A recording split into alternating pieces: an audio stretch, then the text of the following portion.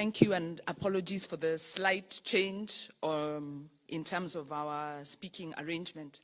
Your Excellencies in the room and colleagues, it's a pleasure to be here. I'll be very brief because a lot has been said. One is that, Your Excellency, we have... Sorry, yeah, I know, let us settle. We appreciate the additional time that you've given us, and I'll be brief in that regard. We have several proposals around that are very detailed, and we can't exhaust them. We have a brief manifesto.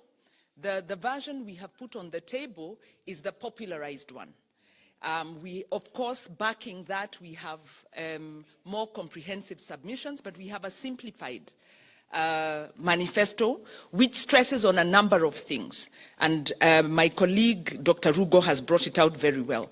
But I'd really want to stress that Kenya's public debt procurement and management system is broken because we have seen a violation of the public finance management constitutional safeguards to move us from a debt sustainable position, almost a balanced budget position, into the problem we are in. And COVID found us in a very vulnerable position.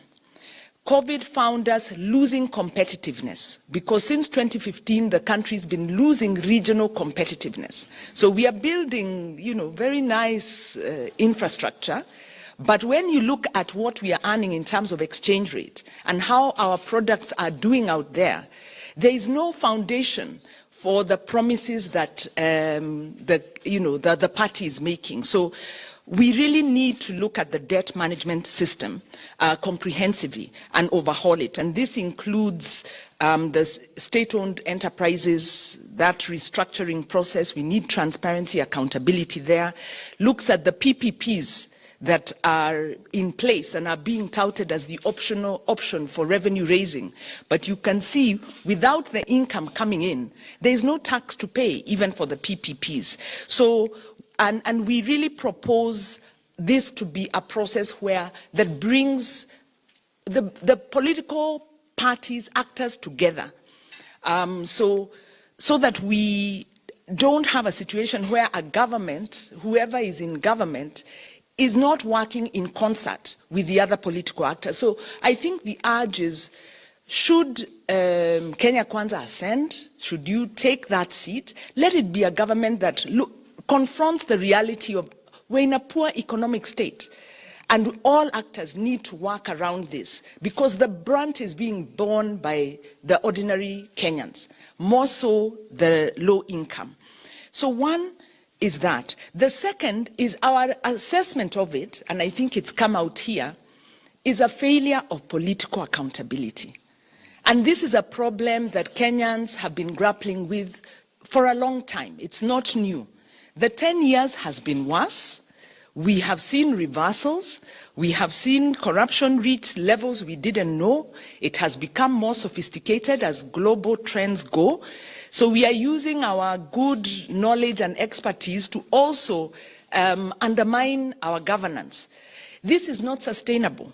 And the figures here have shown it's not sustainable. So the big agenda is political accountability. And really it starts with the leadership and the decisions that the leadership makes and the transparency and the accountability. The third thing I'd like to bring out, it's also come out in one way or the other, and I know Daisy is having a bilateral with you on that, Your Excellency, is civil society. Civil society was a friend of the 2002 administration, the NAC administration. We started a process of developing a public benefits organization framework that would support civil society, that would make civil society accountable and more effective working with government. We know the last 10 years that process was frustrated. We know there's been mistrust, there's been the evil society adage. Civil society contributes employment, expertise. In fact, some of our best colleagues wind up supporting government, and they bring in the values and the expertise that we have. And so we know that we have champions in Kenya Kwanza, and we want more champions. And I know we've worked with Alice Wahome, Honorable Alice Wahome, from a long time ago. So where is civil society? Please make sure civil society are part and parcel of your agenda. The last one is on public participation. This is, we've had very vibrant public participation because of the Constitution, because of devolution. But it remains tokenistic. And it remains tokenistic because of the fear of really empowering citizens, ensuring there is village governance, ensuring resources go to the local level, ensuring there is transparency at the local level. For instance, in Makueni, they have procurement committees.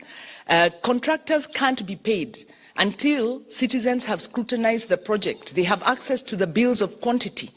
That is what empowering public participation is, working together with CBOs to support the local economic development. So we need to change the narrative to one of cooperation, to one that focuses on growing the economy, to one that is bringing solutions on the table and bringing all stakeholders on the table. And I pray that that is the approach that Kenya Kwanza will take as you campaign, and should you then ascend into office, that we can see that kind of governance. So I'll leave it there, and I wish to then invite my colleague, or our colleague, and also your right-hand man, Dr. Singoe Karibu. Thank you.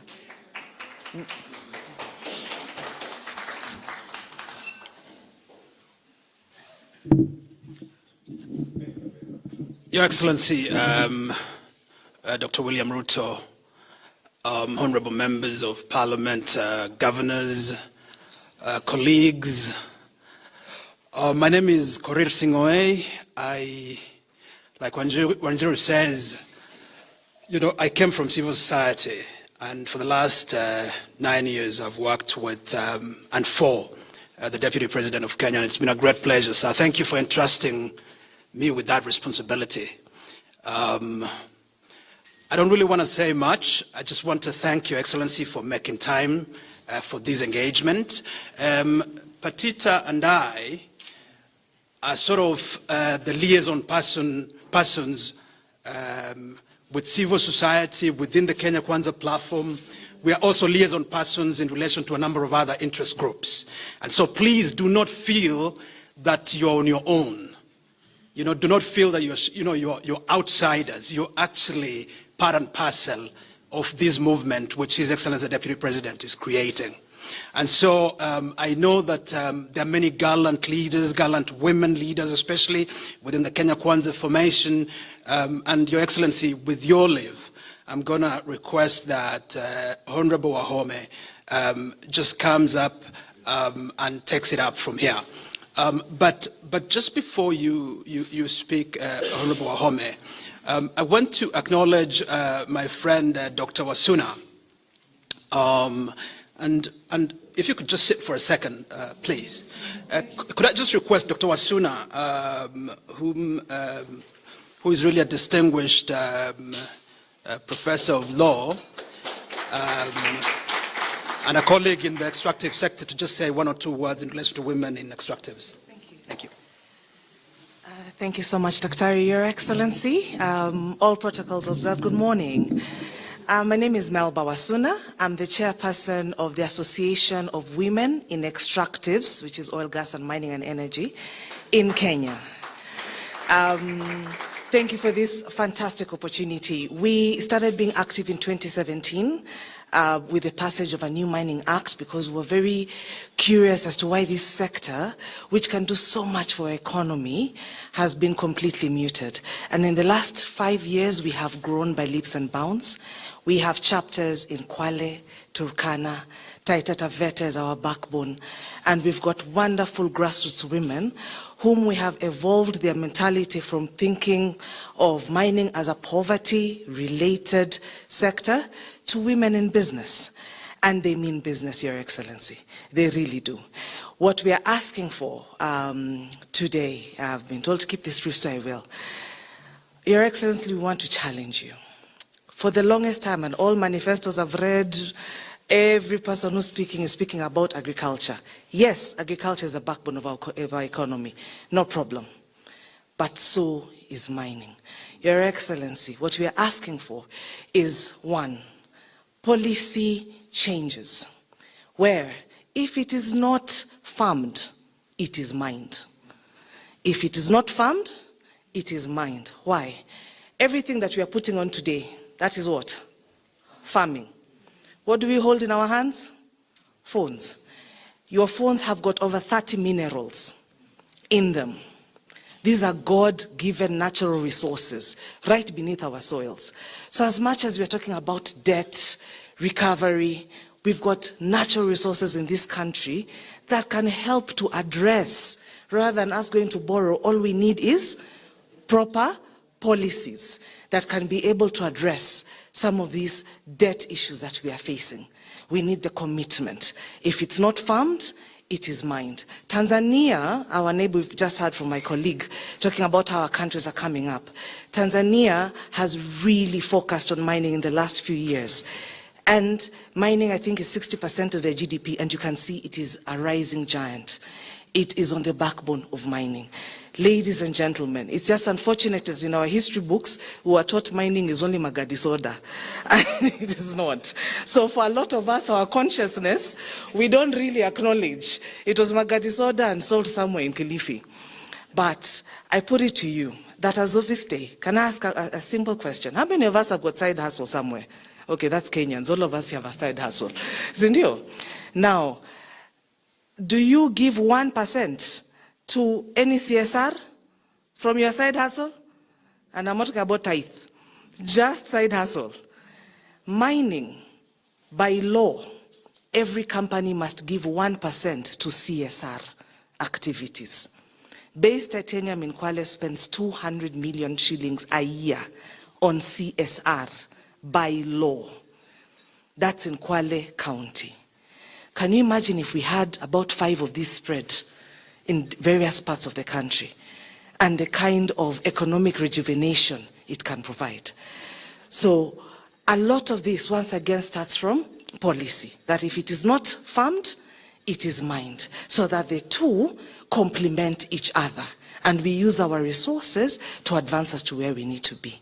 The second ask we as women would ask for, Your Excellency, is markets. That's also a policy decision. Can you imagine that we've all heard of rubies in Thailand? Huh? Cynthia, do you know that over 80% of those rubies are from our mines here? Yes, they are from here. Their brokers come here, buy our stones. Why do they get away from it? We have never, in the history of this country, bothered to label our stones. So they are seen as Thailand rubies. They don't have rubies. We do, right? And it's in various parts of the countries. We've got gemstones, a variety of gemstones. Have we heard of the tsavorite? Tsavorite, yes. Green garnet. Did you know that it is far more valuable than diamonds? But you know of Botswana diamonds, Sindio? But we don't have the Kenyan tsavorite. We know the Tanzanian tanzanite, Sindio? But not the Kenyan tsavorite. All it takes is a policy change at the very top, and it changes the price overnight. Our women right now, and also our men, most of us who mine, we take our stones to Tanzania. What does that do to our revenues as a country? We lose them, right? Because they are counted as Tanzanian stones. Of course, they are going there under handbags and under everything else. But it is because of just lack of policy. So Tanzanians claim these stones as theirs, but they are not. They are Kenyan stones. Once again, for me, it comes down to a question of policy, and we are urging Kenya Kwanza, my colleagues here, if it can please be considered, and if you can adopt the tag phrase. If it's not farmed, thank you. Asante sana. Thank you. I think if there is something, Your Excellency, that has come out of this meeting, at least for me, is that civil society is a resource. Your Excellency, I really urge you to leverage on civil society. There is so much innovation. There is so much robustness. There is so much knowledge in this sector for any government. And so without further ado, it's my pleasure to invite Honorable Wahome. Thank you. Thank you, Your Excellency. This morning meeting is for the civil society and yourself. But I am happy that they were able to reach us out, and I want to thank Gloria for saying that there is a problem in terms of us linking with the civil society. You remember, Your Excellency, you had tasked me to keep on engaging various civil societies. So therefore, I want to thank you very much for this particular morning, for ensuring that you engage His Excellency, the Deputy President of the Republic of Kenya. Even before you say he's a candidate, he's your Deputy President, and therefore there is even a need that we should have engaged him earlier. I want to recognize Honorable Gladys Shorey. Your Excellency, let me please stand up. Honorable Gladys Shorey, you know her. Member of Parliament for Uasin Gishu County. Then there is Governor Madago. We will not be able to speak because we want His Excellency to address the issues. Yes, Karibu Sana. Then we have Governor Nanok. Governor Nanok, you know, he introduced himself, but he's a great gentleman there. But allow me to also introduce, yes, I see you. Allow me to introduce the Secretary General of UDA Party, Veronica.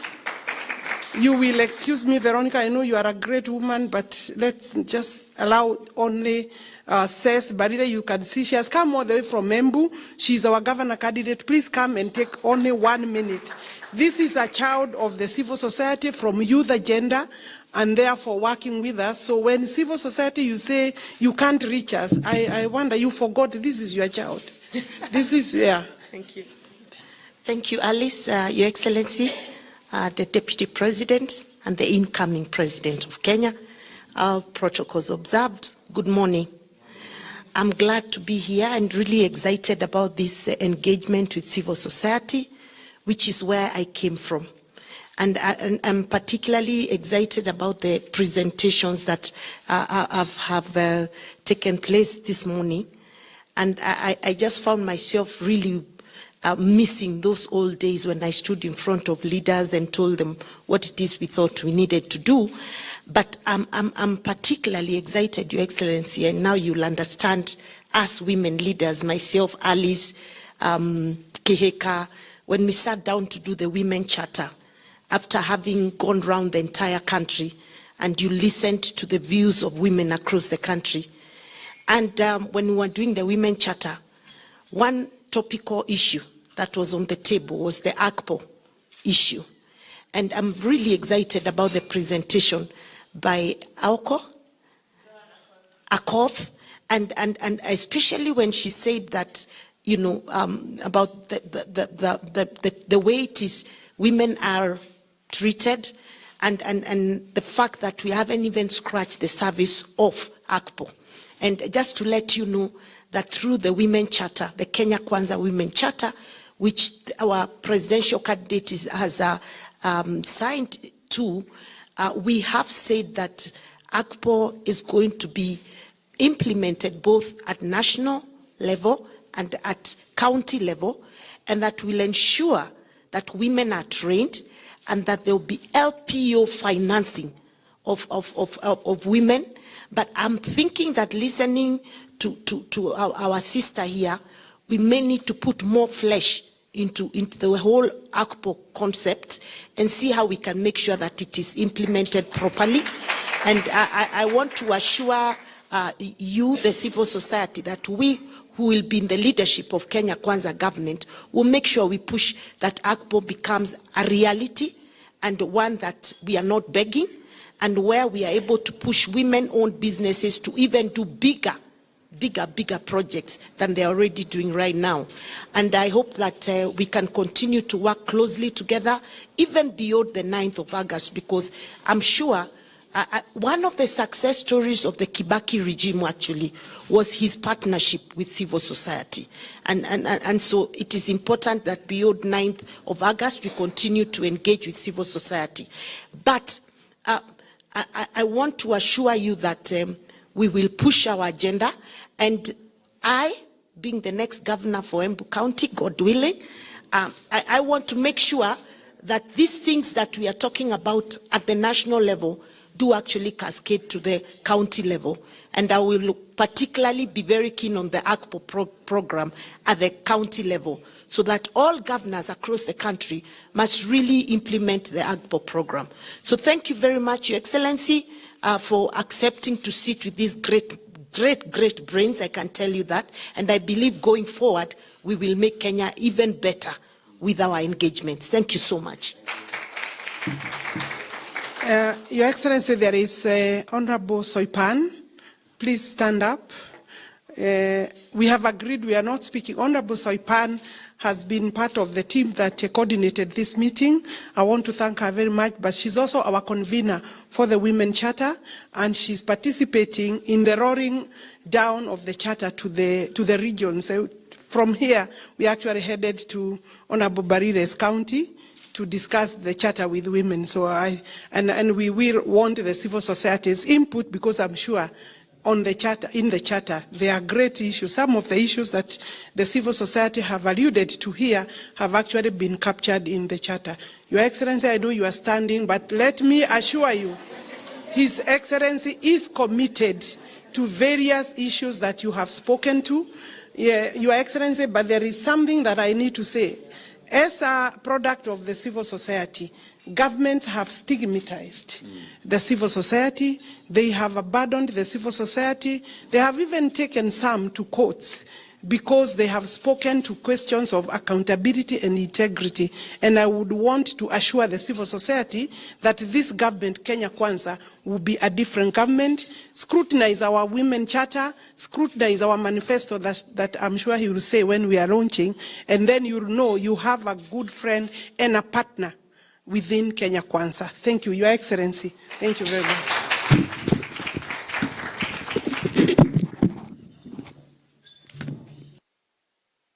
Thank you very much. The leadership of TISA and all the other civil society groups present here this morning, the Kenya Kwanza fraternity members who are here, and all our friends, good morning. Hamjambo.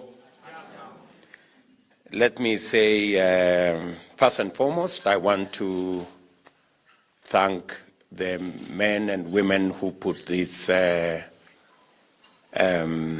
meeting together, both from our political formation and the civil society groups. It is a very important moment for all of us, especially in the space where we are focusing on the elections in August. The conversation that we are having here is a very important conversation that brings together people from different sides of government. We have the politicians, we have others, and then we have our good people from civil society. When I came and saw Daisy, I was laughing, and she was wondering, why are you laughing? And I like Daisy because she speaks her mind. Sometimes you may not like what she has to say, but she says it anyway. Sometimes she has been very unkind to me. I feel like calling her and telling her, Daisy, surely you cannot say this. but I appreciate that she's a very strong person. And in Kenya Kwanza, the women and civil society agenda is alive. And we have many people in our political formation that trace their roots to civil society and women the strongest women leaders.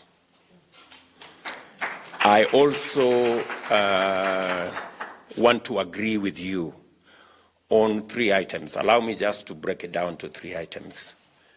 I want to agree with you that the economy is the center, front and back of this election.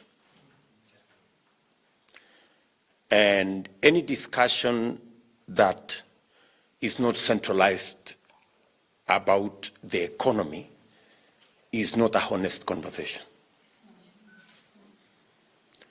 I think everything else is secondary. And that is why, as Kenya Kwanza, you have heard us loud and clear that this election is about the economy.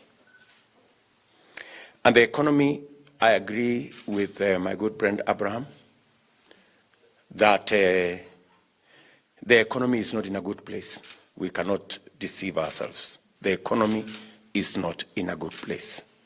And we need to sort it out. Against the background of the debt, the rising debt that we have, against the background of the deficit that continues to expand, and the payments that we have to make that are not discretionary and that have nothing to do with us making progress, but just paying debt and making sure that we are moving. So, as Kenya Kwanza, realizing the importance of the economy, and I associate myself with your sentiment that about Okoa Uchumi. Yeah, it is right. I have heard our worthy competitors say, oh, you know, debt is good, so long as it is other people's money anyway, just use it, you know. If you're going to be spending 1.3 trillion shillings paying debt, and you don't think that is serious, then there is something very wrong somewhere. Why have we centralized the economy in our conversation? And how do we intend to deal with the things Abraham raised here? Number one, we do not think it is prudent to continue borrowing.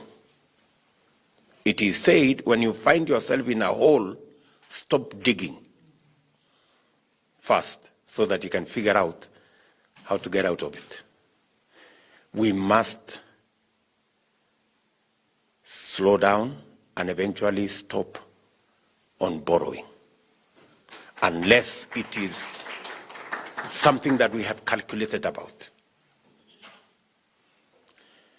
I dare say that the borrowing spree that we see is actually deliberate.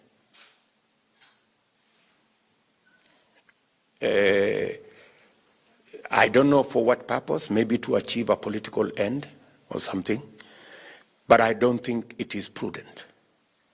And therefore, the Kenya Kwanza administration, by God's grace, we will first and foremost figure out how to stop borrowing. Slow down, eventually stop borrowing. That's number one. Number two, how do we fund what we need to fund and the commitments we have made and the promises we are making? We have two options. When you hear us talk about bottom up is not bottom versus up. It is bottom up. We believe that there's a huge category of Kenyans that today have no chance of paying taxes, not because they don't want, but because they are not in a position to pay. How did we arrive at this pool of Kenyans? We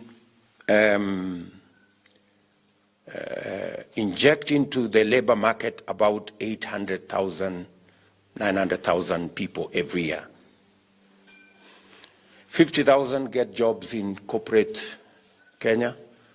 Another 150,000 get jobs in formal SMEs. But 600,000 odd Kenyans join this space, which is basically a lottery, that has no, you don't know exactly what you're doing, but you're doing something. Today you're selling this, tomorrow you're selling the other thing. You're making 100 shillings today, you make 200 shillings tomorrow, you get another 300 shillings the next day.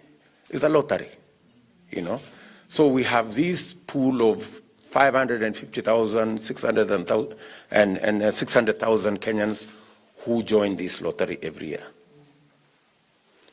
And that's the pool that keeps increasing. It's now around 10 million people, hustlers, the people who are doing all manner of jobs, making 100 shillings, 200 shillings.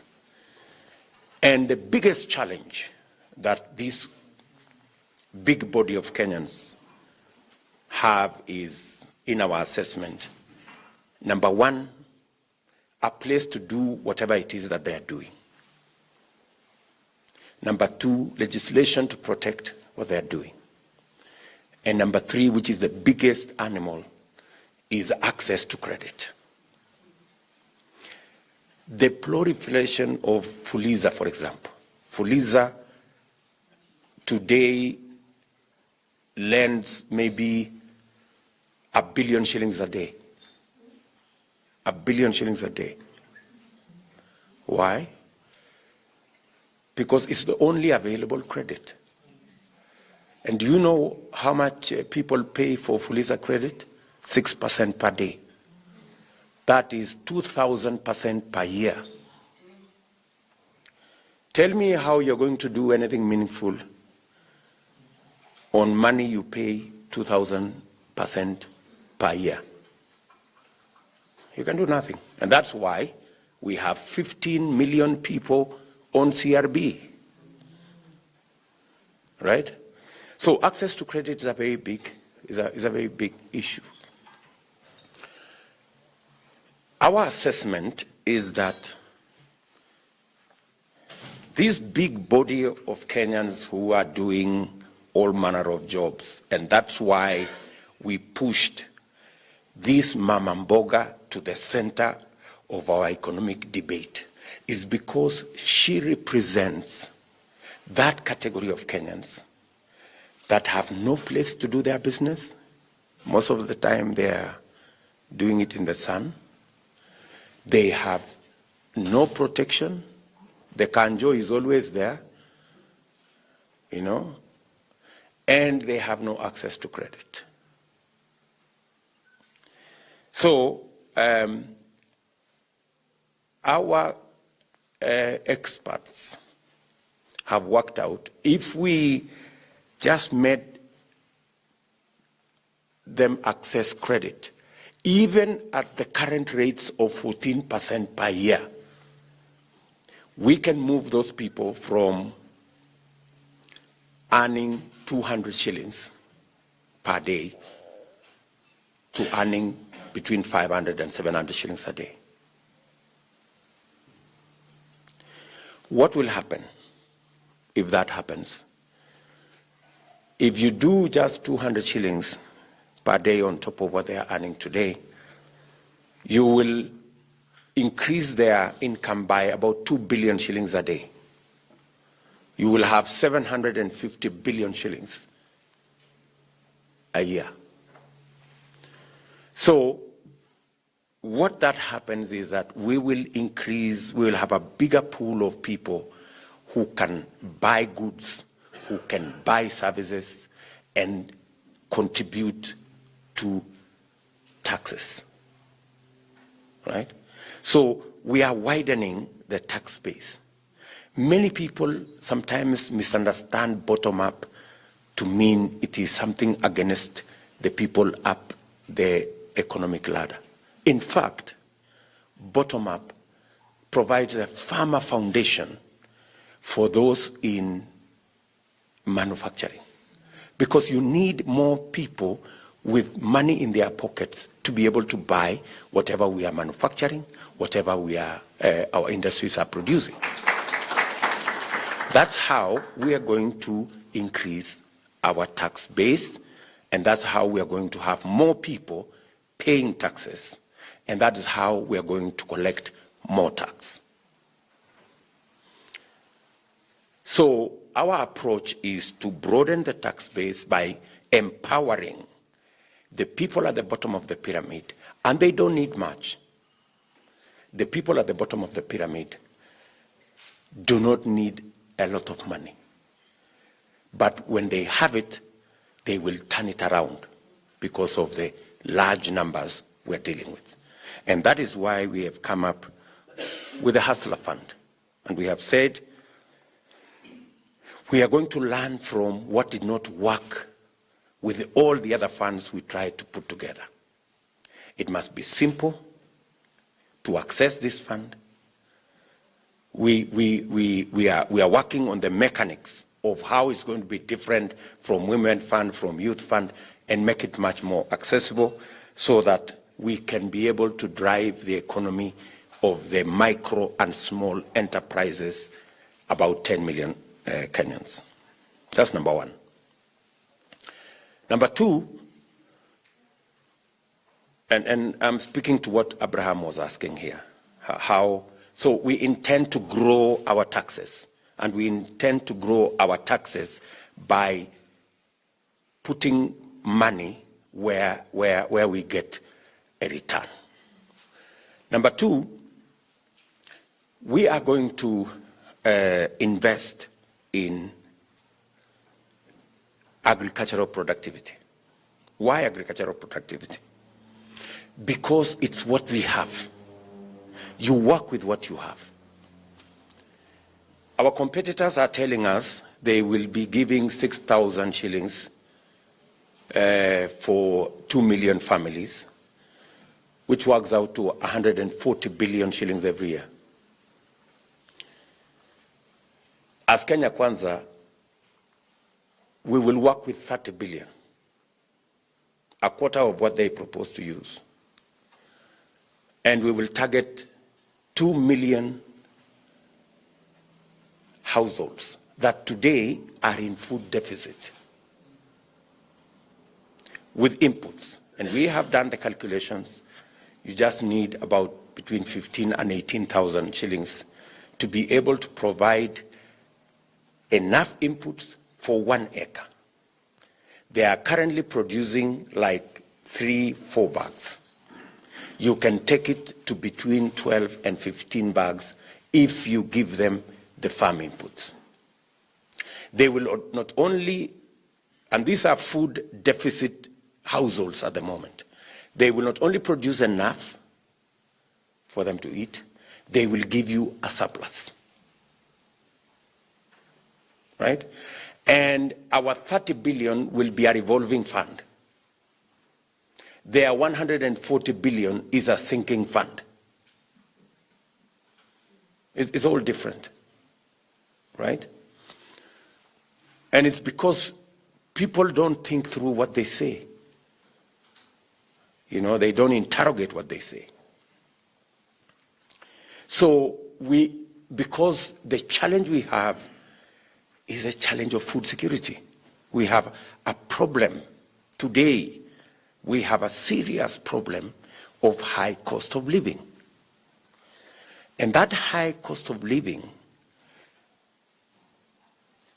the biggest contribution to the high cost of living in Kenya today is the cost of food. 52 on average, 52 every Kenyan spends 52% of their income on food. That is Kenya National Bureau of Statistics report. If we bring that down to 35, 40, even by just 10 percentage points below, we will do a lot of saving for us to spend in other areas. So we must deal decisively with the challenge of the high cost of living by investing in agriculture. And that is where the space we've targeted. We're going to target 2 million households with fertilizer, seed, and everything else they need to be able to produce. We will not only tackle the challenge of food security on one end, but we will also on the other end not just create a surplus, but we will bring the farmers into a space, into a place where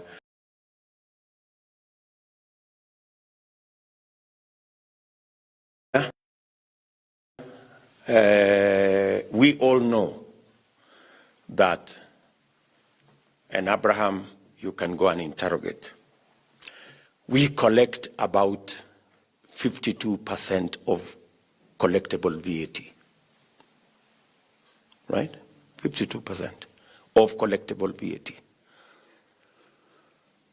And we do that because Abraham said, not everybody pays their share of taxes. There are so many people, either because they have the wherewithal, some of us, because we are in positions of power, we can exempt ourselves from paying taxes. We can exempt our friends. We can exempt our businesses. And so not everybody pays. If everybody paid, and we will make sure everybody pays, and we don't have to, it's not rocket science. The reason why we have not automated our whole system, especially on VAT collection. And if you speak to KRA today, there is absolutely no reason why we are collecting 3.6% of our GDP as VAT. Rwanda is collecting 8% of their GDP. South Africa is collecting between 11 and 11.5% of their GDP. If we moved our tax collection to where Rwanda is, and Rwanda was where we were 5 years ago, this is not a process that will take years. This is a program we can achieve in 1 year. We can drive our revenues from the 1.8 trillion that we are targeting to collect. We can drive it to 3 trillion. It is possible for us to collect another 500 billion at the moment if we just collected all the VAT that we need to collect. And if you collect all the VAT that you need to collect, it will come along with another maybe 250, 300 billion shillings on corporate tax. So we must focus on how do we grow a bigger cake. I think that's essentially what I'm trying to say. Expand, broaden the base of the people paying taxes, and make sure that everybody who is supposed to pay, pays. That way, we will begin the journey to minimize borrowing. Because we will have additional resources close to 800 billion shillings that we don't have at the moment. I'd be happy to have a conversation with Okoa Uchumi and your thoughts. And I would want you to interrogate what I have said and tell me whether it makes sense and whether it adds up, you know, because I want you to hold me to account on what I have said. So that way, we will begin the journey to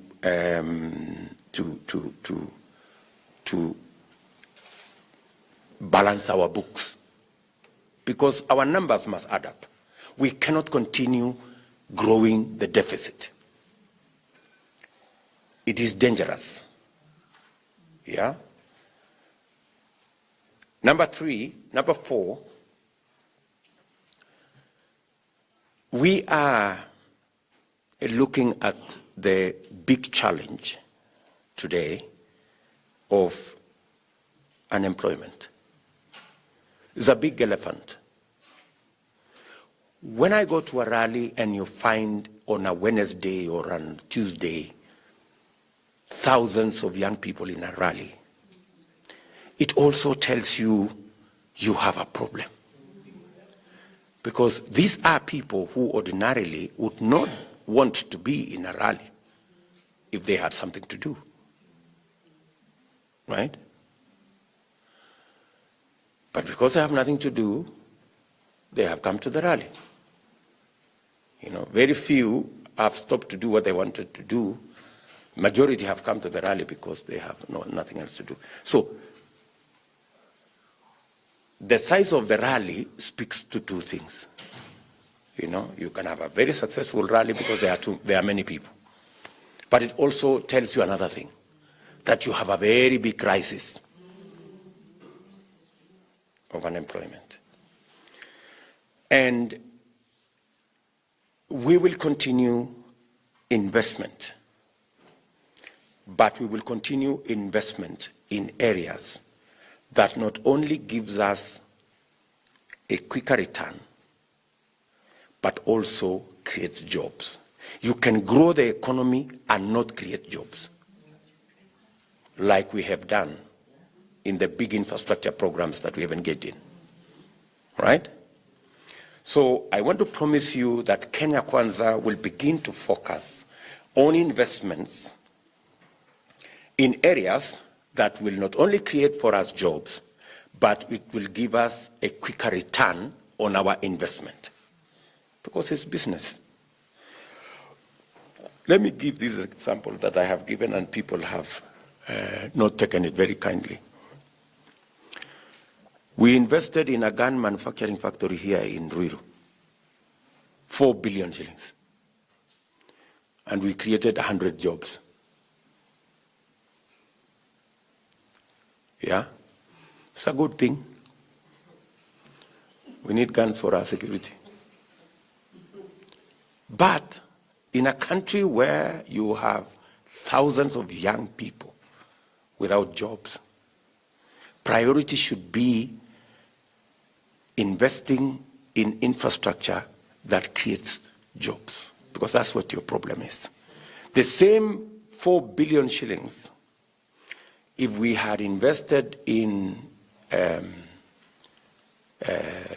informal manufacturing, we would have created 5,000 jobs. Same 4 billion shillings. So the policy choice that you have to make is, do you invest 4 billion shillings to manufacture guns and create 100 jobs, or do you invest it in informal manufacturing and create 5,000 jobs? That's a simple choice we have to make. And I want to tell you, that's what makes the difference between whether we're going to turn around this country or not. We are very clear on what kind of investments, and that is why you have heard us clearly say that value addition, agro-processing, manufacturing is going to be a very big part of the investments we are going to make. And we will begin to slow down on hard infrastructure. Not stop, but balance between the infrastructure we're investing in currently and what will give us jobs and what will give us money in people's pockets. Let me leave that there because of time. I wish I had more time to explain our plan. Let me just speak about the women issue and AGBO. I think we have a women charter which we have signed in, and in that women charter we intend to make it much more easy. We have said in the Hustler Fund, women-led organizations that have LPOs from AGBO will be automatic beneficiaries of the Hustler Fund resources, because we see that many women have get these LPOs, but they never get to finance whatever it is that they have. And you've shown us that part of the problem is pending bills. We need to think about that. Part of the challenge, you have said, is sexualization, politicization of that whole space. We will need to sit down with you and look at what interventions will we make so that we clean up that space and make women access those opportunities. And finally, transformational leadership, which you've talked about. And I think transformational leadership also speaks to track record.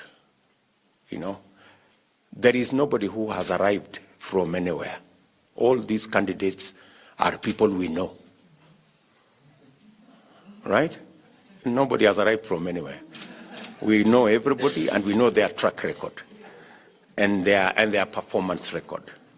And so, if we talk about transformational leadership, we can clearly assess everybody's track record on their what they have managed to achieve in whatever positions they have been. I have been I've been a member of Parliament for Eldoret North. I can account for my time. I have been Minister for Agriculture. I can account for my space in agriculture. In higher education, I can account. As Deputy President, I can account. Everybody else should be held to account. And then number two, you spoke about a very pertinent issue, and that is corruption and theft of public or misuse of public funds. It is a big animal, and sometimes it is pushed around without clarity of what will happen. Our approach as Kenya Kwanza is that we must not personalize. We must not politicize corruption. We must deal with it from an institutional space so that everybody, including the president, is held to account.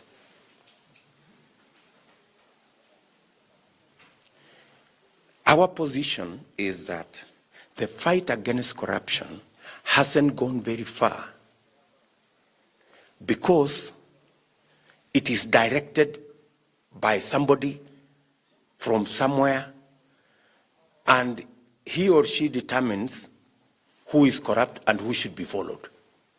If you're not my friend, then you're corrupt. But if you are my family, you are not corrupt. Why haven't we gotten the KEMSA billionaires? Why? Because they are friends and they are family of the people who tell us they are in charge of corruption, of fighting corruption. Right? What we are saying is the following.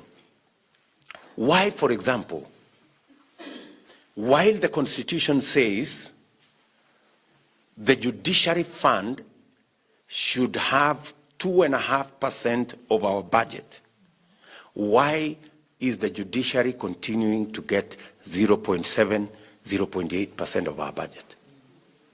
Why hasn't the judiciary fund been operationalized? It is because there are people who want to continue pulling strings around the judiciary. And that is why the judiciary lacks the capacity to deal with matters of accountability and corruption the way it should. Kenya Kwanza will deploy all the resources required by the Constitution and the law. If it is 2.5%, it will be 2.5%. And the judiciary fund will be operationalized so that we give the judiciary the capacity, human, technical, and every other capacity to deal with matters of accountability and matters of justice without reference to anybody. That's number one. We must stop the fight with the judiciary. I have said that it doesn't matter whoever is nominated by the Judicial Service Commission. They don't have to be my friends. I don't have to like them.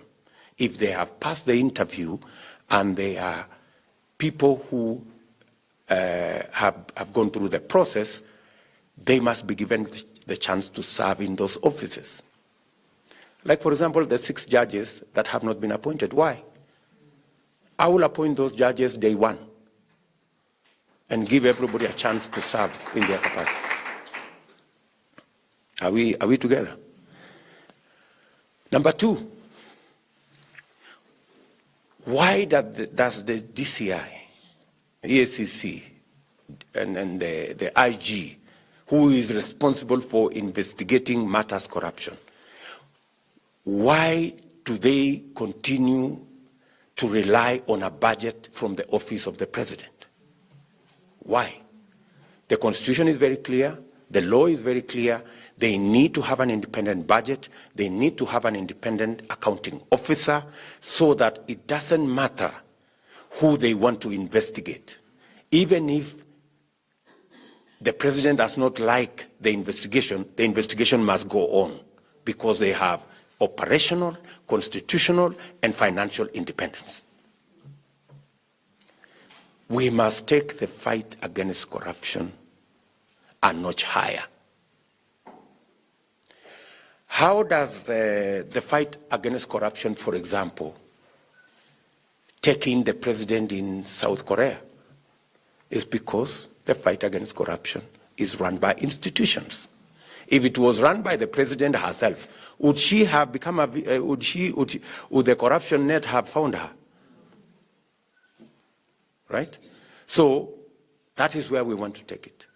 So that it doesn't matter whether it is family, whether it is my friend, whether it is my political ally, or whether it is the president himself. The institutions must be strong enough to deal with everybody. I don't know whether we get that right.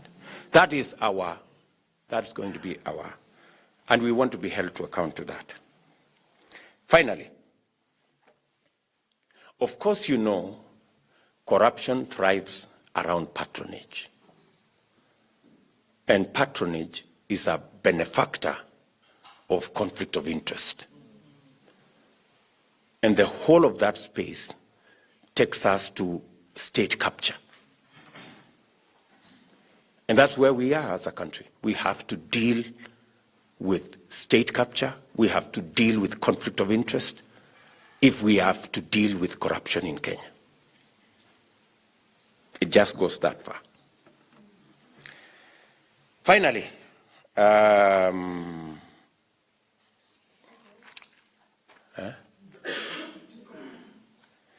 I have made a commitment, a public commitment, and in writing, that we will achieve the 2/3 gender rule. I have made that commitment. Why do I say so with certainty? I say so with certainty because I have great women around me who will work with us to make sure that the mechanism is found for making sure that happens. And I undertook that that mechanism is going to be ready in 3 months. Boss Sholei is here.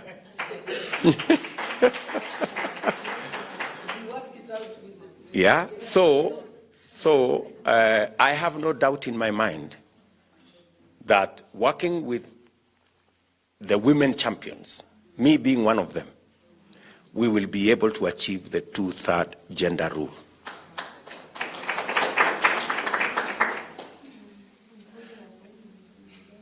I have already made it public that we don't want this to be tokenism. No, it's not about a woman or 10 women in cabinet. It's the whole space of women being at the center of what we are doing because they form 50% of our population. So that commitment you have from me, and it's unequivocal. In fact, those of you who are keen observers, at Bomas, I was the only woman champion. Even the women were shouting at me when I was prosecuting their case.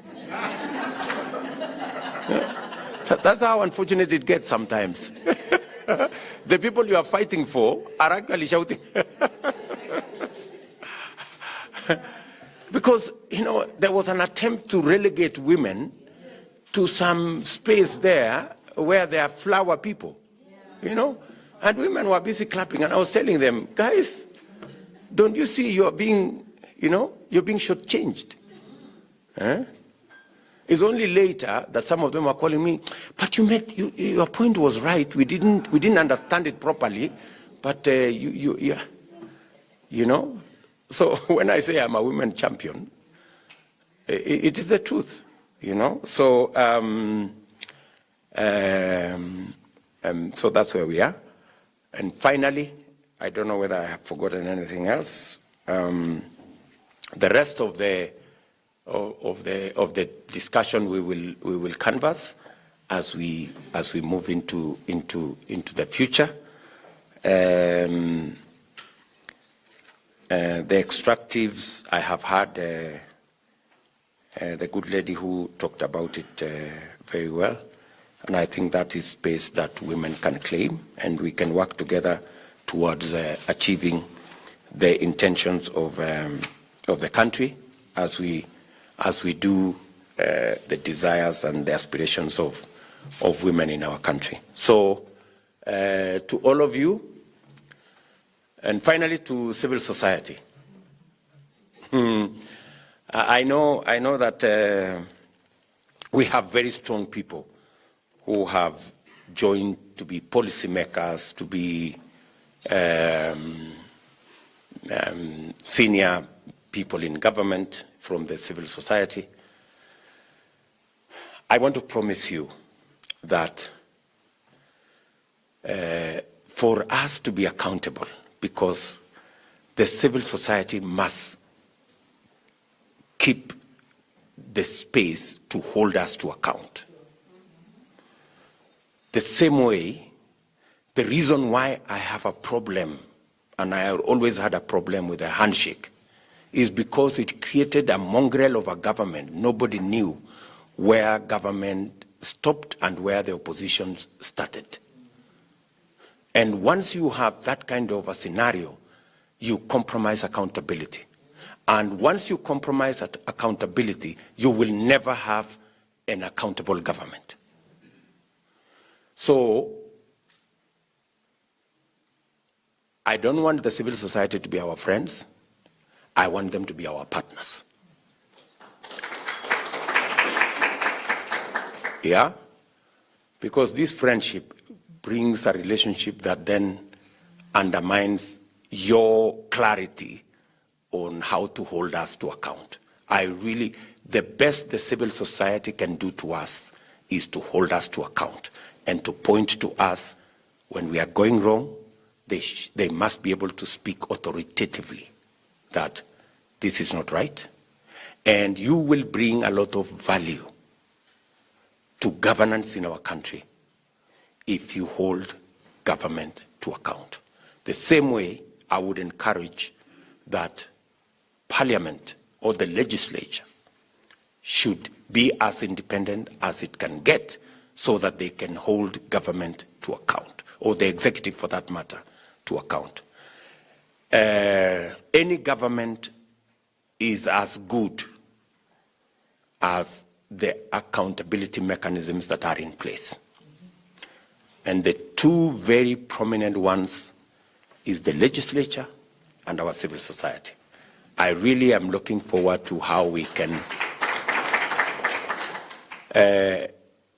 work with the civil society in a manner that they can be promoted to do what they do best by holding everybody to account. So I'm looking forward to working with you guys as partners. And I want to encourage you. We may be friends, but please do your job. You know, you will assist us greatly if you held us to account. It would be good for you. It would be good for us, and it would be good for governance, the governance of our country. So thank you very much, and God bless you.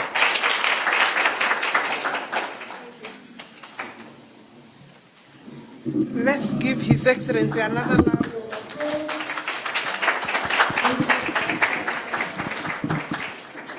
Thank you, Your Excellency, for your time. I'm not the one giving a vote of thanks, but I just want to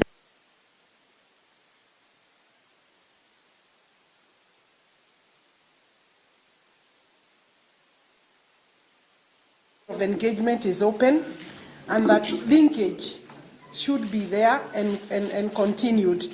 Your Excellency, it is one of those moments that we know that you have taken time from your busy schedule to come here. The civil society, I don't know who will be giving a vote of thanks, but they would want a photograph with Your Excellency to just for record purposes. Yes. And thank you for making the commitments that you have made.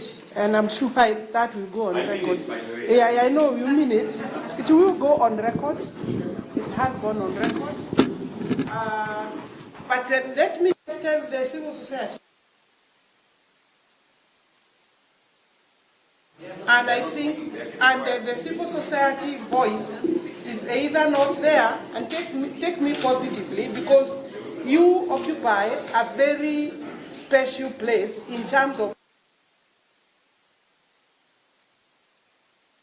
electoral violence, and you have seen it without mentioning where it is happening.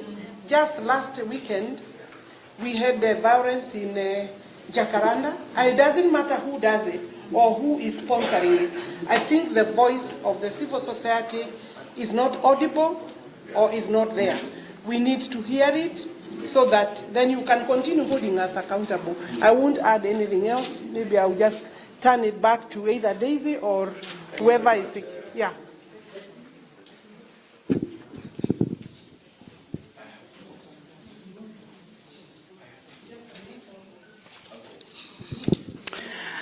Thank you.